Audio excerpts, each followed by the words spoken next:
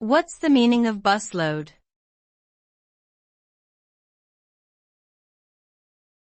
Busload.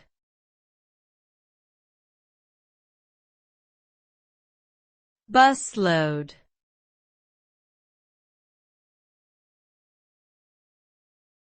Busload.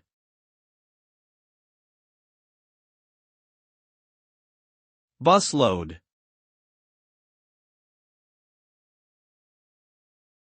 The term busload refers to the maximum amount of people or items that can fit into a bus.